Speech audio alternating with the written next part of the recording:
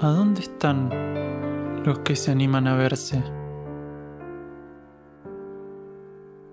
Los que se animan a escuchar aquello que compasivamente los golpeará con la exacta precisión para abrir sus conciencias sin lastimarlos. ¿A dónde están aquellos que, en rendición, dejan a un lado la competencia y la comparación para poder ver su propia oscuridad?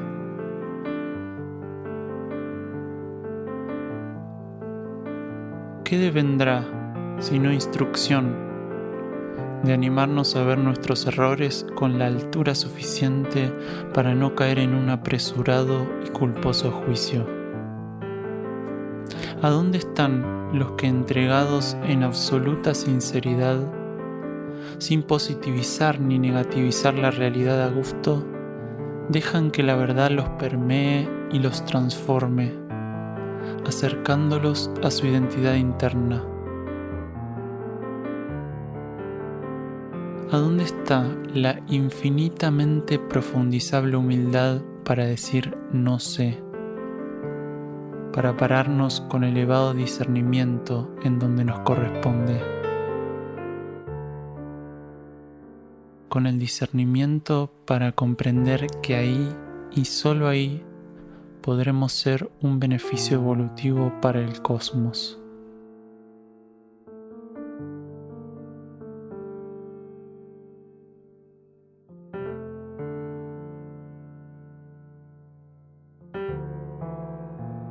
La conciencia y el cosmos, un camino hacia nuestro propio cosmos interno. Conducen y operan este programa Guamaitlán y Nikashnok. Estos programas están basados en las preguntas del público asistente a los estudios que Gagliardo ofrece en Uxim, Sierra del Cielo, todos los miércoles y los sábados, así como también los estudios realizados en distintas provincias o países. Todo con entrada libre y gratuita, así que aquellos que están por esta zona, ya sea que vivan o que vengan a vacacionar, estén atentos porque todos los días miércoles y sábados estos estudios se ofrecen a cargo de Daniel Gagliardo, como decíamos recién, en el campo Sierra del Cielo. Además, estos podcasts están basados también en el material bibliográfico de Uxim, que son todos libros escritos por Daniel Gagliardo. Él es un instructor de cosmosofía quien fundó hace más de 30 años en las sierras de Córdoba el centro de servicio planetario llamado Uxim. Como auxiliar de la energía de instrucción, busca remitir a los seres hacia su propia fuente interna de conciencia, a través de sus conferencias impartidas alrededor de todo el mundo de manera gratuita, el material grabado de las mismas y sus libros traducidos en varios idiomas. Además hay otros programas de la conciencia del cosmos en portugués, búlgaro, ruso e inglés, y diversos grupos de trabajo interno Uxim: Argentina, Uruguay, Portugal, Bulgaria, Chipre, España, Francia y Alemania.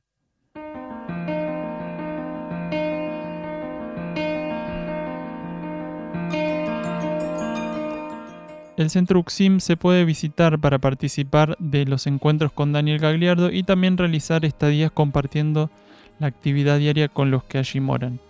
Se encuentra en las sierras de Córdoba, paraje Quebrada de la Luna, camino a Ongamira, a 16 kilómetros de Capilla del Monte. Las estadías y todas las actividades que ofrece Uxim son libres y sin cobro de aranceles, incluyendo alimentos y hospedaje. Para más información visita uxim.org.ar. Encontranos también en Facebook e Instagram. Todos los libros escritos por Daniel en castellano traducidos al búlgaro, inglés, francés y portugués podés encontrarlos en luzdelvalle.com.ar, también en Amazon y Mercado Libre. La música que vamos a estar escuchando en este podcast es toda original de Uxim. Hacemos un avance con el título del día de hoy. El error es no cumplir con la ley. Su rango de servicio procede de la sintonía con aquello que es constante dinámica en su interior. Asistir el reordenamiento de estos niveles de existencia solo puede realizarse por compatibilidad y fusión con el orden supramental. Aquella actitud que debe sostenerse se alimenta del orden referido. El servicio es energía de orden. Cuanto más profunda es la energía del servicio, más reordena aquellos planos donde se libera y circula. Cuanto más se alinean las partículas de un nivel a la energía de ordenamiento que les corresponde, mayor es su estabilidad en términos de ceremonia. El correcto sostén de una actitud sería entonces de procedencia y perfil ceremonial, siendo este el motivo por el cual la cualidad y efectividad de aquello que les toca desenvolver, su efecto armonizante y equilibrador, no se relacionan al revestimiento de la acción, sino a lo que es revestido por ella. Mensajeros del fuego. La luz del peregrino, ley de servicio. Leemos la pregunta número 21 y el tratamiento que Gagliardo hace al respecto. ¿Qué es lo primero que tenemos que lograr para ser útiles al planeta y a la humanidad que tanta ayuda necesitan? La multiplicidad de metas que alimentamos es lo que nos torna inútiles para el planeta y el plan evolutivo. La multiplicidad de metas y de propósitos egoístas, individuales, es el principal señalamiento que precisamos visibilizar. Si alimentásemos una única meta, superior e interna, si realmente identificáramos y compartiésemos con el resto de quienes conformamos esta civilización, un propósito superior, lejos estaríamos de buscar afondar esta y otras tantas preguntas. Vamos a continuar luego con este tratamiento que Gagliardo hace a esta pregunta.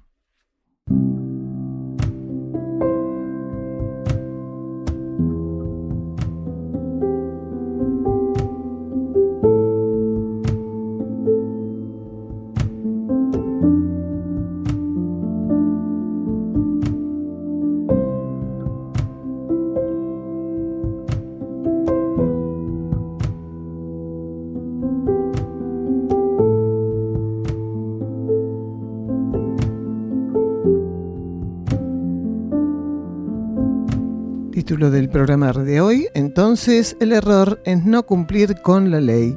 Y el primer bloque titulamos Purificaciones en sueños. ¿Cuál es el límite para las purificaciones en sueños?, pregunta una persona, y se relata un sueño que tuvo una persona en reposo por traumatismo óseo. Escuchamos a Gagliardo.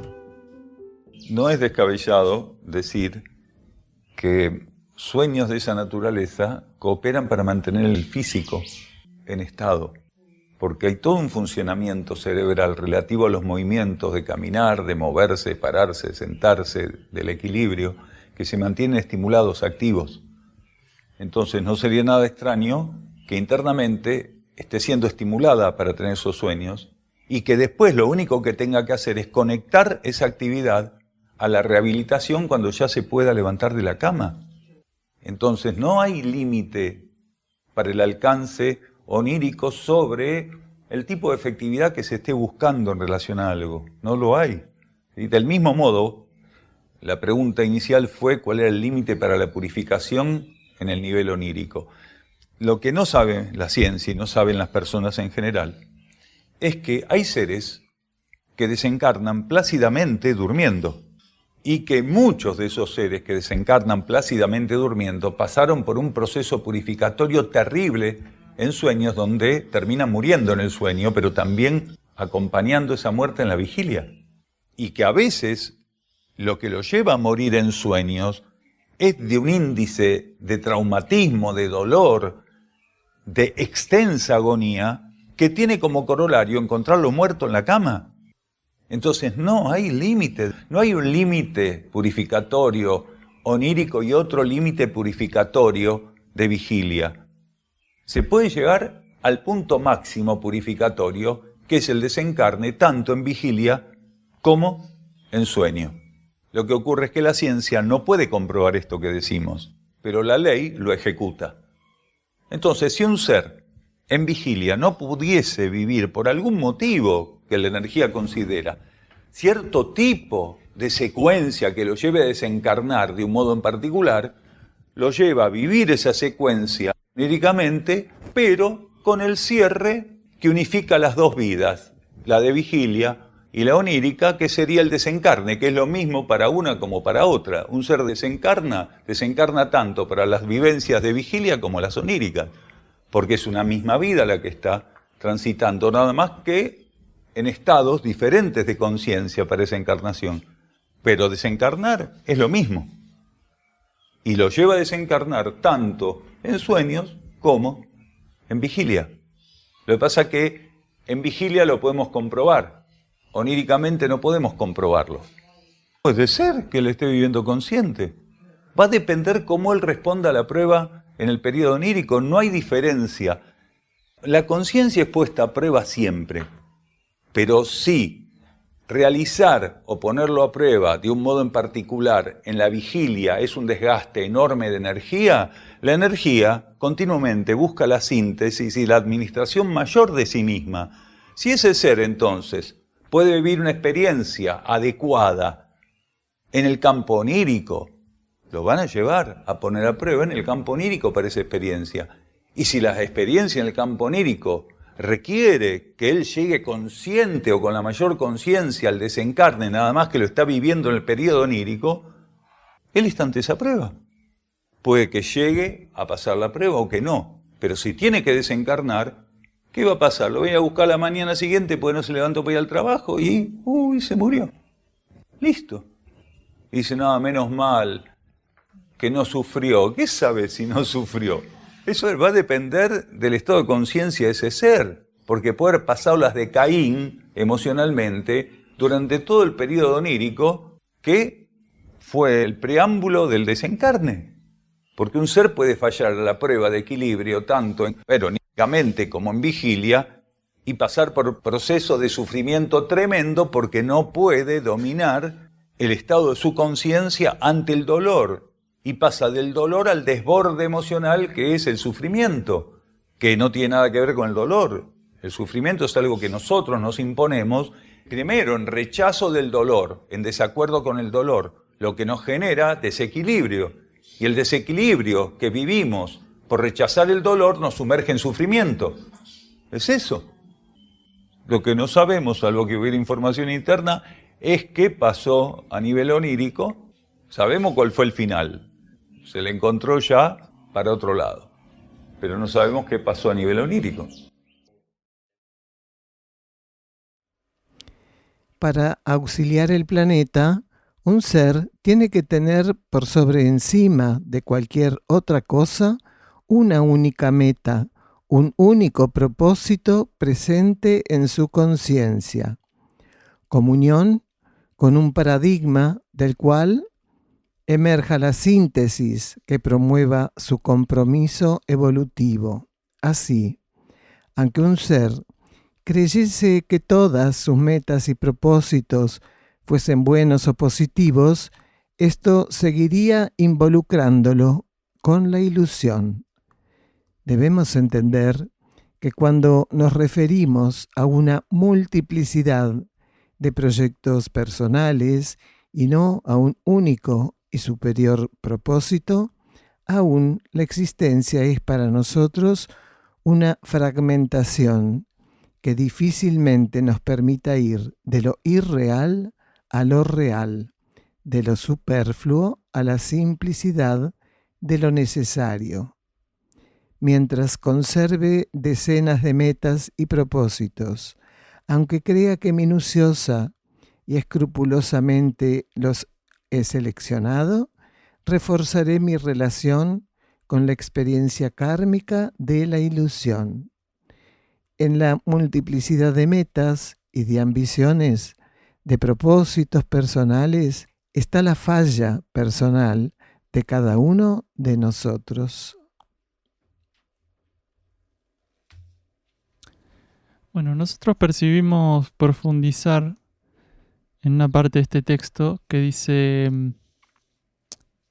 aunque un ser creyese que todas sus metas y propósitos fuesen buenos o positivos, esto seguiría involucrándolo con la ilusión.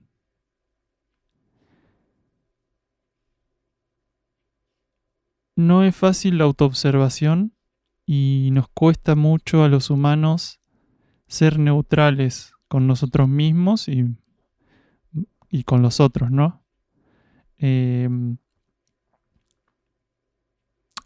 Poder definir y darnos cuenta de desde dónde estamos haciendo lo que estamos haciendo es una tarea que uno tiene que hacer realmente, tiene que profundizarlo con todas las letras, con mayúsculas, con mucha atención, con sintonía, porque solemos caer, dependiendo también en la etapa que estemos, en el positivismo, ¿no? Aunque un ser creyese que todas sus metas y propósitos fuesen buenos o positivos, esto seguiría involucrándolo con la ilusión, dice el texto.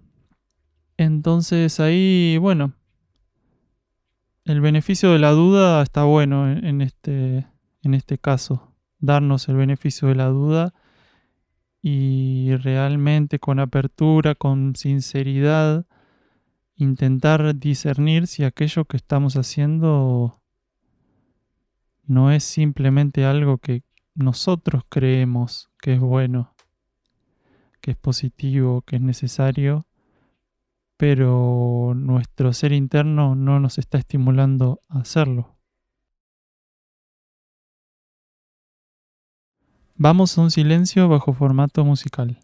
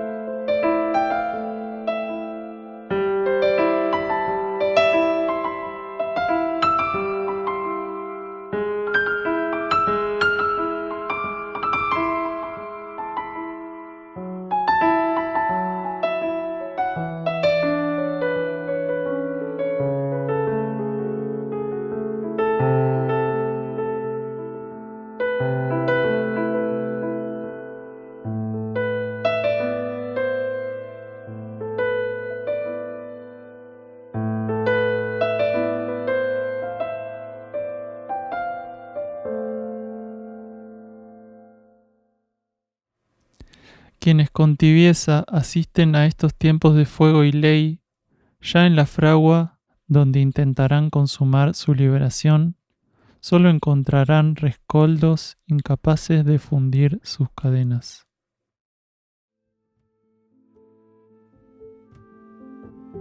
Vamos al segundo bloque entonces, titulado Concientización previa y necesidad cósmica del desencarne. Comentan en este estudio episodios de avisos previos a personas antes de desencarnar por accidentes. Y preguntan si tenían potencial interno que amerite ese aviso. Familiares y amigos de una de ellas se reunían con un medium que contactaba al desencarnado. Escuchamos a Gagliardo. Incluso hay seres que a eso que vos decís se le agrega que durante días antes de que desencarne ha pasado por etapas donde se le permitió hacer un trabajo de concientización de lo que había vivido. También a una velocidad increíble. incluyendo el periodo onírico para poder hacer ese registro. Y que en el momento de desencarnar tienen el último de esos episodios de concientización. Y es más, hay seres que dependiendo cómo respondieran, puede ser que se extienda la encarnación. Dependiendo cuál fuera su respuesta ante toda esa secuencia que se le muestra días antes del desencarne. Un ser, como dice la jerarquía, va a ser probado hasta el último momento. Y también la jerarquía dice que los últimos pueden ser los primeros. Un ser que es puesto a prueba a partir de ciertos movimientos de energía que la jerarquía interna del individuo, quiere decir la conciencia interna, con anuencia de la jerarquía planetaria, le pueden presentar a la conciencia, si él vive un proceso de transformación, de mudanza, de expansión ante lo que se le está mostrando, podría ser que cambie, que mude la fecha de desencarne, el momento de desencarne. Ahora, si se le presentan las secuencias y la persona no vive realmente una mudanza, entonces puede ser que la consecuencia sea la que estaba prevista ante alguien que no responde ante el ofrecimiento con su propia transformación. Es una actividad tan banal de ir a pasear en kayak por los ríos de montaña que vienen del Nepal y de todos esos lugares. Los estímulos que recibió fue para salir de esa actividad. Sin embargo, no lo hizo. Quiere decir que ya en esa situación a la vida planetaria, a su interno no le servía, porque era una actividad elitista la que él hacía. Entonces, era superfluo para el planeta lo que él hacía. Fue estimulado, vos decís 3 días, claro, 3 días. Es bien representativo para cada uno de los niveles de la personalidad. Entonces, si él recibiendo esos estímulos, lo único que pudo hacer en respuesta a esos estímulos fue seguir trabajando en algo tan banal, tan superficial, tan elitista, bueno, tal vez esté mejor para el planeta que él esté desencarnado. Indudablemente. Es que si no, no hay aviso de esa naturaleza. Si la conciencia interna llega a un grado de exteriorización tan puntual, como diciéndole, despierte viejo, esto es así. ¿Qué está haciendo con esos elitistas, con esos que tienen plata para ir a desparramar, irse hasta la India a desparramar la plata en cosas tan banales, tan superficiales? Porque en realidad era eso lo que él estaba haciendo. Ser una herramienta para satisfacer los deseos elitistas en el norte de la India, Nepal, toda esa región, Bután. Hay ríos rápidos a los cuales van, pero millones de turistas anualmente a hacer canoísmo y kayak, precisamente porque son lo más esos ríos de montaña cuando viene la época de deshielo, y pagan pero una fortuna para hacer eso. O sea, gente bastante materialista, ¿no?, que se va al otro lado del mundo simplemente a satisfacer el vértigo de andar en un kayak por esos ríos que son salvajísimos para esas experiencias. Esto es época de definiciones. Si fuera realmente por nuestra respuesta, creo que no tendría que quedar nadie encarnado, tendríamos que apagar la luz y pasar todos al nivel interno. Pero hay casos que son más extremos y notorios, como esas personas que la vida las acerca a una posición donde reciben una irradiación, estímulos, donde son realmente irradiados por energías que están necesitando sintonizar y hacer propias, y sin embargo le dan vuelta a la cara. Y la dependencia que creó en esas personas ese factor, porque creó una dependencia, un consumo tremendo. O sea, cómo les baja las defensas filosóficas a quienes pasan a depender de esos mediums, de esas entidades. Llega un momento que dependen de lo que le estén diciendo en la sesión mediúmnica para sentirse bien, a ver, que no se fue, que sigue estando con nosotros, que nos cuida, que nos protege, que nos guía. Cuando estando encarnado no se podía guiar él mismo, ahora te guía. ¿A dónde te va a guiar? Desastre. El concepto ese, ¿no? Es mi ángel de la guardia. Cuando estaba encarnado no lo podía ver ni redondo, ahora es el ángel de la guardia. Quiere decir, superó todas las barreras kármicas y alguien que desencarnó pasa a ser un ser de luz. De golpe, así. Aquel que no puede soltar al que se fue, no puede caminar él. Porque es como que está forzando el estancamiento, está negando la ley evolutiva, que en su funcionamiento perfecto, afortunadamente, hace que los que estamos acá en algún momento nos podamos salir de este lugar. Porque si no sería nefasto. sería nefasto. Afortunadamente la ley nos beneficia cerrando encarnaciones, permitiéndonos poder entrar en otros procesos. Sin embargo, aquellos que no tienen capacidad de actualizarse lo ven como algo nefasto. Por eso los amigos de Sócrates no podían entender cómo Sócrates, estando a punto de tomar la cicuta, estaba lo más bien consolándolos a ellos, diciéndole, pero si a mí me están por matar, no debe haber nada mejor de que me muera. Y lo decía con un entusiasmo. Pero ¿qué mejor me puede pasar si ya estoy condenado a muerte? Quiere decir que a mí la vida me está ofreciendo una experiencia diferente, que es morirme. Y los amigos se morían de llanto y él los miraba como diciendo, pero no entiende esta gente. Es un atentado contra la evolución, incluso aunque sea una ficción, una película. O sea, no poder terminar un ciclo y ser conducido a otro sería la tortura más grande para la conciencia. ¿Por qué? Pues la conciencia está sumergida en universos que son expansivos. La propia vida del ser es expansiva, la vida del ser es expansiva. El ser es inmortal y necesita cerrar los ciclos encarnatorios para que esa única vida inmortal pueda pasar por escalones. Entonces hay personas que en su miedo, en su terror, en su incomprensión, en su falta de aceptación, en su egoísmo, no quisieran morir ni que muera nadie de los que ellos quieren, como si eso fuera terriblemente malo para el ser o para ellos. Entonces es una contradicción que tenemos en esta cultura judeo-cristiana fundamentalmente. En Oriente también existe ese miedo, pero está más atenuado por cierto tipo de enseñanzas espirituales del budismo, del taoísmo, que han flexibilizado un poco más la conciencia en relación a la muerte. Pero todo lo que es el bastión judeo-cristiano, es tremendo en ese sentido. Es tremendo. Y nos enseñaron a que hay un infierno, un paraíso, a que hay un purgatorio. Entonces, obligadamente, la cosa va a pasar por ahí. Si el camino que creyeran sobrellevar no coincidiera con el raudo recorrido que la luz ofrece para estos tiempos, serán alertados. Mas una vez que hubieran sido advertidos, deberán considerar con dinamismo y osadía la señal. Recuerden que solo por gracia y misericordia, seres en su situación pueden recibir de la luz tamaño tributo. Mensajeros del Fuego. Vamos a un silencio bajo formato musical.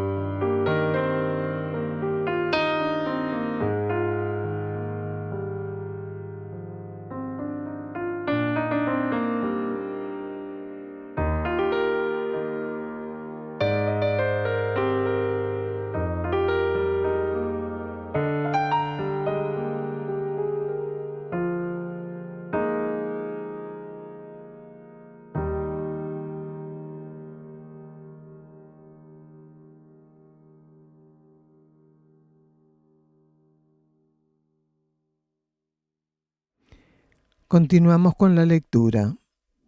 Si usted busca realmente servir, encuentre, confirme, demuestre, aplique, ejecute, desenvuelva la realidad de una única meta en todo aquello que transite y la vida le presente. Si puede hacer eso, entonces asiste al planeta. Esa meta universal percibida no es otra cosa que la revelación hacia su persona del plan evolutivo. Por esa fragmentación que padecemos, simbolizada en la multiplicidad de metas egóticas, es que nos encontramos con seres que ambicionan saber cuál es su misión.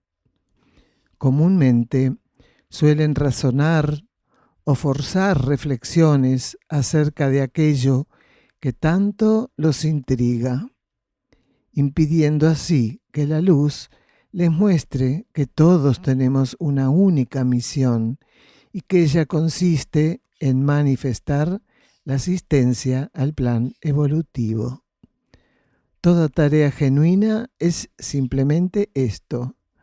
Todo trabajo en el lado material y externo de la vida ha de ser visto como la posibilidad de consumar aquello que el trabajo mismo simboliza. La tarea es expresar el plan evolutivo sin cesar. ¿Cómo resolvería una situación tan simple aquel que entre sus prioridades contase con una multiplicidad de proyectos personales? Algunos de nosotros conocemos la respuesta de este planteo.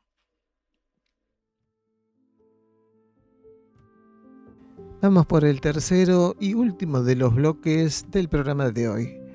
El título: Recomponer nuestra relación con la vida interna. Decía una persona que a veces hay situaciones con los hijos donde no se puede trabajar en sentido contrario al error, donde la instrucción siempre ofrece, ¿no es cierto?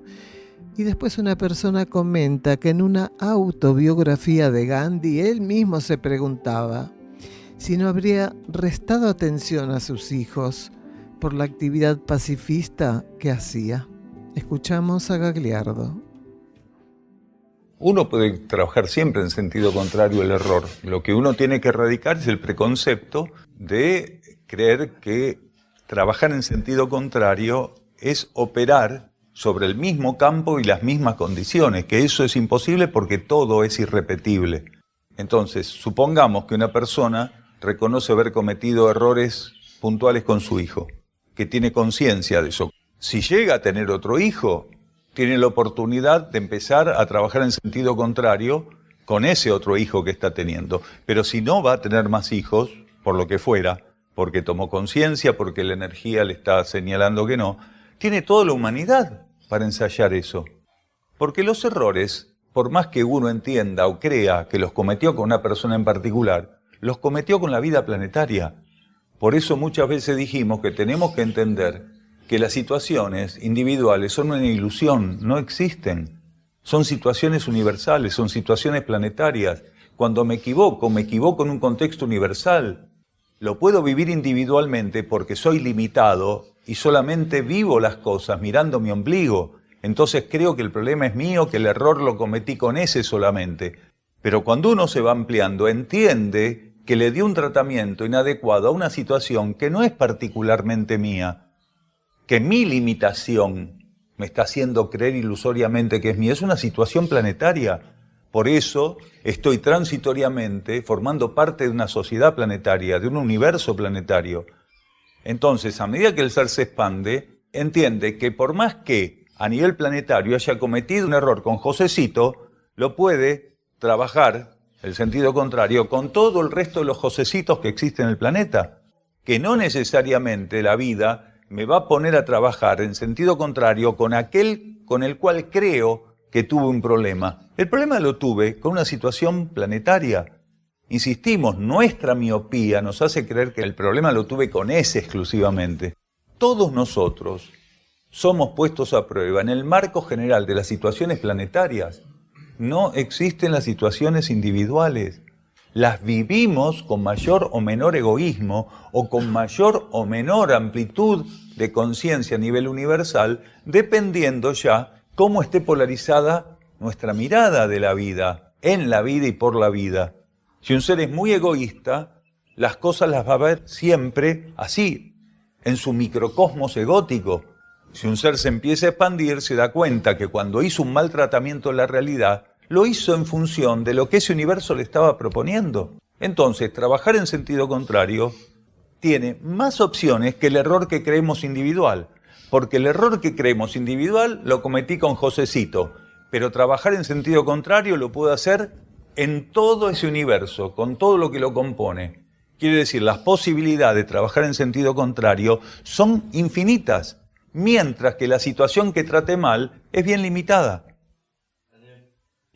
Él flaqueó muchas veces y lo manifestaba en las cosas que decía, esa flaqueza. Indudablemente eran etapas donde su cuerpo emocional no podía mantenerse alineado y en armonía. No nos olvidemos que por más que Gandhi respondía como extensión de conciencias jerárquicas, él mismo tenía una constitución psicofísica que lo ponía a prueba. Entonces, más de una vez flaqueó con muchas cosas Gandhi. Pero bueno, era lo que él tenía que vivir como prueba. Bueno, pero eso es una flaqueza emocional, porque él tenía todo el resto de sus actividades para hacer lo que fuera correcto y necesario. Entonces, era una especulación en la cual él no podía dejar de caer cuando su cuerpo emocional fluctuaba. Porque cuando su cuerpo emocional se alineaba y se fortalecía, él se daba cuenta que lo que estaba haciendo era de beneficio universal, mientras que la especulación y la culpa, por no poder dedicarle más tiempo a sus hijos, era una cosa netamente emotiva, kármica, porque las personas que tienen signado tratamientos de la vida mucho más amplios que los individuales, pueden ser puestos a prueba por situaciones como esa. El tema es qué hace cuando está ante esa prueba. Pero el hecho de preguntárselo está mostrando la flaqueza en esos momentos. Si no, nunca se lo pregunta, nunca se propone a sí mismo la duda, ¿le habré dedicado o no el tiempo adecuado a mis hijos?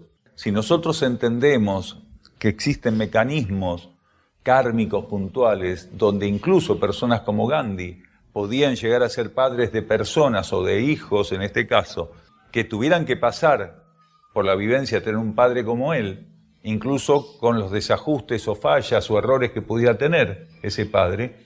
Entonces, el universo acomoda todo para que cada quien esté con cada quien o con cada cual acorde a las necesidades evolutivas. Entonces, mientras que un padre como Gandhi, en su identidad y rol de padre, podía tener ciertas deficiencias, como líder de un movimiento que después terminó siendo prácticamente internacional, porque era un movimiento pacifista, hay que verse un error, porque en realidad, posiblemente los hijos de Gandhi tenían que pasar por eso que estaban viviendo, que no era nada grave ni nada terrible, porque precisamente Gandhi no les dio la vida a los hijos, una vida, desdichada, terrible y que los pusiera al borde del suicidio, nada que ver.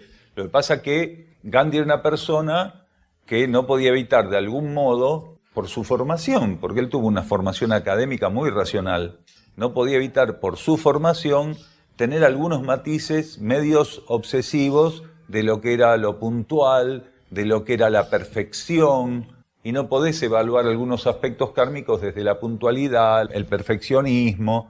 Él estaba tironeado entre dos universos, entre el universo catedrático en el cual se había formado, abastecido por la energía anglosajona, y el otro universo de su raza, de la matriz de los orígenes de donde venía Gandhi.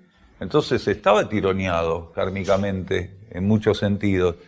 ¿Quién era el que evaluaba cómo había tratado a sus hijos? ¿El inglés que él había incorporado en su vida o el hindú? Claro, ¿quién era el que estaba evaluando eso? Sí, él cumplió suficientemente con la planificación interna. Suficientemente, porque hablar del 100% de cumplimiento tenemos que hablar de seres como Buda o Jesús seres que tienen una capacidad tal de poder expresar su energía, quiere decir de poder expresar su planificación interna, que ninguna situación material la pueda distorsionar o interferir. Pero Gandhi la cumplió en grado suficiente. No era un Buda, no era un Jesús. Era la exteriorización de energías internas, de jerarquías. Era una herramienta de jerarquías que hizo una tarea muy interesante. Por eso, a veces se corre el riesgo, y de hecho está muy instalado, de que algunas personas tengan un desvío devocional para con Gandhi. Y la devoción es para con el único. Gandhi hizo un buen trabajo, pero de ahí a ser devoto de Gandhi, hay gente que por algún motivo está mostrando una fisura muy grande porque su objeto de devoción es muy bajito. Se puede entender en relación a un Jesús, aunque no lo justifico tampoco, o a un Buda, pero no a un Gandhi. Exacto, la posibilidad que ofrece la vida de que a partir de ahí empieces a trabajar cumpliendo con lo que la ley te pide. Porque no hay que seleccionar situaciones. En esta situación yo puedo trabajar en sentido contrario al error que cometí antes de ayer. En esta no, pero en aquella sí. No. Trabajar en sentido contrario al error es, no cumplí con la ley, ahora tengo que cumplir con la ley. No tengo que estar esperando fantasiosamente una situación similar a aquella donde yo tengo el preconcepto de que cometí el error. Cuando uno percibe el error, lo que tiene que entender es que la percepción la tiene que llevar a la síntesis analítica de que fue simplemente no cumplí con la ley interna. No hice tal cosa mal, tal cosa bien, tal cosa... No cumplí con la ley interna. Hay un momento de maduración donde el ser percibe que no cumplió con la ley interna. Trabajar en sentido contrario es empezar a cumplir con la ley interna en las situaciones.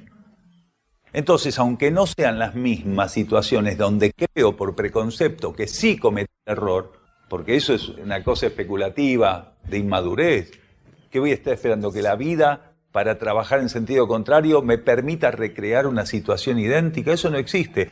A veces la vida sí nos coloca en situaciones que tienen un grado de semejanza kármico. Semejanza, no igualdad, no un clon. Porque eso no existe. Entonces, si la vida, después de que cometo un error, considera que tengo que estar ante una situación cuyos componentes guardan un grado de semejanza, parcial o total, pues es una semejanza total, en todo lo que veo de la situación hay una semejanza, o parcial, algunos aspectos de la situación me están rememorando aquella que yo creo que es donde cometí el error. Lo importante es cumplir con la ley. Eso es trabajar en sentido contrario al error. El ser que no cumple con la ley, a partir de que considera que en algún momento no cumplió con ella, sigue en el error. No importa si la situación es otra, aparentemente, o sea, es semejante. Lo que es igual, y eso sí es igual, es que sigue sin cumplir con la ley. Claro. ¿Qué es lo que realmente va a ser igual? El incumplimiento de la ley. Precisamente. La falta de atención es no haber cumplido con la ley, en ese caso cuando la situación te puso con determinadas personas. Entonces, sigue siendo siempre no cumplir con la ley. Entonces, no voy a esperar a tener más hijos a ver si puedo remediar el error, porque capaz que la vida me diga, no viejo, ya está, ya hiciste bastante en ese sentido. Pero sí la vida, en caso de que no me haga desencarnar inmediatamente, me va a seguir colocando en un marco de situaciones donde me va a decir, bueno, cumpla con la ley. Cumpla con la ley, porque su error no está identificado con un hijo, ni con un perro, ni con un trabajo. Su error es no cumplir con la ley. Usted cumpla con la ley en cada situación, entonces eso es trabajar en sentido contrario al error. Porque el error es no cumplir con la ley, no la cáscara, la apariencia de no haber cumplido. Porque uno cree a veces que comete un error de determinada magnitud y, sin embargo, realmente lo más importante de no cumplir con la ley lo está viviendo por otro lado y no lo ve. ¿Por qué? Porque está mirando la cáscara de situaciones que tal vez no sean tan graves como él prejuzga que son. Lo importante es eso, que el ser intente ver en cada situación la oportunidad de liberar la luz y cumplir con la ley. Es eso. Dependiendo cómo se lo mire. El error existe kármicamente como tal. El error existe, pero dependiendo del estado de conciencia, dependiendo la óptica que el ser vaya ganando. Lo importante es que, en definitiva, en ese juego de entrenar con lo que la vida va poniendo, cumplamos con la ley. En definitiva, siempre va a ser eso. Y bueno, la falta de atención está muy relacionada al egoísmo, porque la atención a la vida interna y a lo que la vida coloque para que aprendamos a ver en profundidad situaciones, no va a existir en la medida que el egoísmo nos está nublando, que es esta cosa de estar concentrados en nosotros para ver cómo beneficiarnos, cómo pasarla mejor, cómo llegar primeros, cómo no ser subyugados o no ser vencidos, todas las cosas que la conciencia egoísta transita, esta obsesión por ser intocable. Sí, claro, y es una gran etapa del egoísmo, no tener conciencia. Uno lo vive con normalidad, es lógico. Hay una etapa donde el ser tiene que vivir egoístamente sin darse cuenta, porque si uno hay una cantidad de experiencias valiosas, evolutivas, que no las va a concretar. Primero, el egoísta tiene que llegar a ser un ciego egoísta, para después empezar gradualmente a adoptar, a alcanzar una visión de su propia vida y en relación de su propia vida con el universo del que forma parte, que vaya lavándole la mirada de la realidad. Pero al principio, la etapa del egoísmo brutal, crudo, donde uno no ve más allá de sus narices y sus conveniencias, es muy necesario. El problema es demorarse en esa etapa. Ahí está el problema. Que en realidad el ser tiene que recomponer el vínculo con su interno. El que recompone el vínculo con su interno, recompuso el vínculo con el interno de todo el mundo. Porque la esencia interna es común a todas las cosas, a todos los seres. El ser que vive una ruptura, en esa sintonía, en esa alineación con su esencia interna, hasta que no recupera esa relación, él no puede ver las cosas de otro modo. Por eso las situaciones o el formato no son lo importante. Lo importante es que el ser, recomponiendo el vínculo con su vida interna, haya encontrado finalmente la principal herramienta para darle tratamiento correcto a las situaciones. ¿De dónde proviene la capacidad de darle un tratamiento correcto y necesario a las situaciones? Si no tengo capacidad de sintonía interior, si estoy en ruptura con mi vida interna. No decimos que es precisamente a partir de la comunión interna que un ser recibe estímulos para darle tratamiento a la realidad, porque si no es el ego inventando los mecanismos, convenciéndose a sí mismo o buscando convencer a los demás de cómo se tienen que tratar las cosas. Entonces recompongo la relación con mi vida interna y de ahí me nutro de la materia prima que va a alimentar mi actitud, que la va a cualificar para hacer de cada situación una posibilidad de trato correcto y necesario. No viene de otro lado, no hay otra cosa. Rescatamos una frase de Daniel que decía que tenemos que ver en cada situación una oportunidad que ofrece la vida para recomponer ese vínculo con nuestro ser interno, con la vida interna, transformándonos. Y de esa manera podemos entonces liberar luz y cumplir con la ley. Este fue un audio bastante extenso, pero era necesario colocarlo todo así en un bloque, ¿viste? Hermano, porque de esa manera como que captamos más la instrucción que en estos momentos se está dando. Qué gran llave que es también esto de comprender que las situaciones, todas las situaciones, ninguna es personal, en realidad es una ilusión. Todas son universales. Estamos dentro de un gran entramado kármico y cósmico y todo lo que hacemos lo hacemos dentro de ese entramado para ese entramado y para nosotros dentro de eso. Entonces, bueno, con el tiempo, con la práctica, vamos quemando experiencias y vamos de a poco descubriendo y encarnando cada vez más esa gran verdad que es que todo es universal. Y saliendo también de esa cárcel personal, ¿no? Porque es liberador. Es cierto, ¿no? Y estar atentos porque podemos compartir con el universo del que formamos parte lo neutro que hagamos, ¿no es cierto? Como aquello negativo o positivo también, que ya aquellos seres que no están, para eso es no cumplir con la ley. Leemos el tramo final de la respuesta de Gagliardo a aquella pregunta de inicio.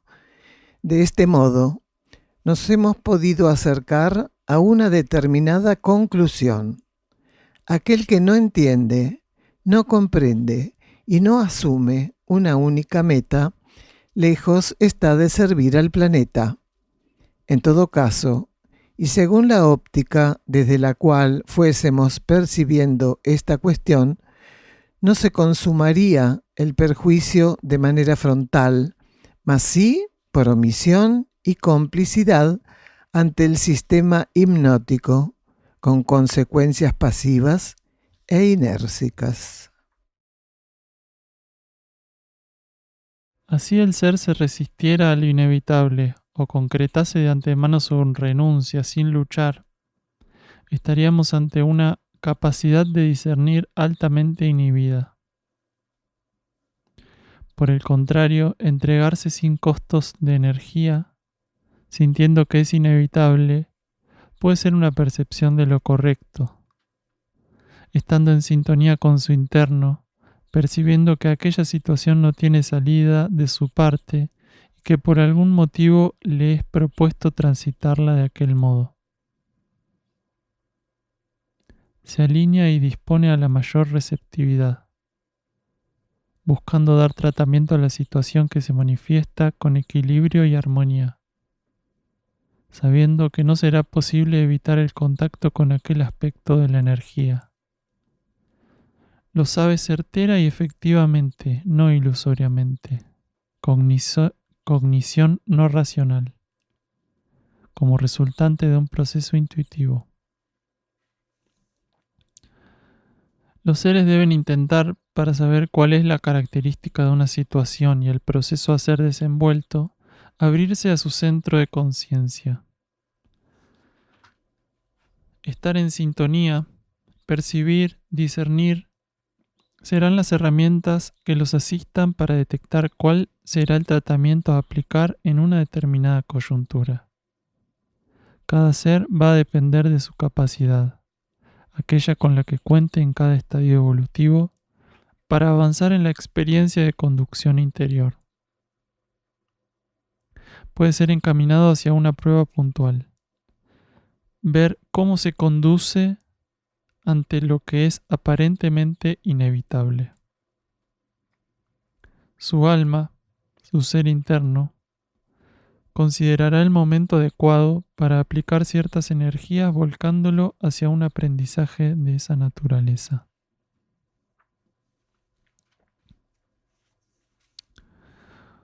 Cuando nuestro interno considerara que es el momento correcto para aquella prueba, posiblemente habremos tenido la posibilidad de haber sintonizado, alineación mediante, impulsos internos, señalamientos destinados a esclarecernos respecto a aquello que inevitablemente deberíamos enfrentar.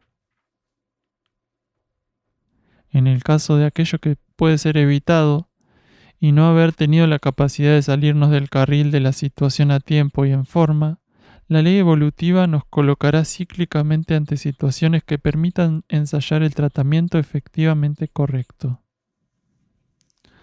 En estos casos es posible que luego comiencen a darse secuencias donde cierto tipo de cuestiones con similares características insistentemente emerjan, instándonos a arribar al entendimiento aún no alcanzado. A partir de ese hito, parte del aprendizaje será dar con la actitud de atención necesaria. Cómo transferir esa actitud al andamiaje de las estrategias y a posteriori sostenerla. Cómo aprender esa actitud que pueda alimentar la estrategia por medio de la cual voy a poder percibir cuándo salirme de aquello que no me corresponde enfrentar. Y todo va a depender de la capacidad de sostenernos atentos al universo interno, a sus señales. Y todo va a depender de la capacidad de sostenernos al universo interno, a sus señales.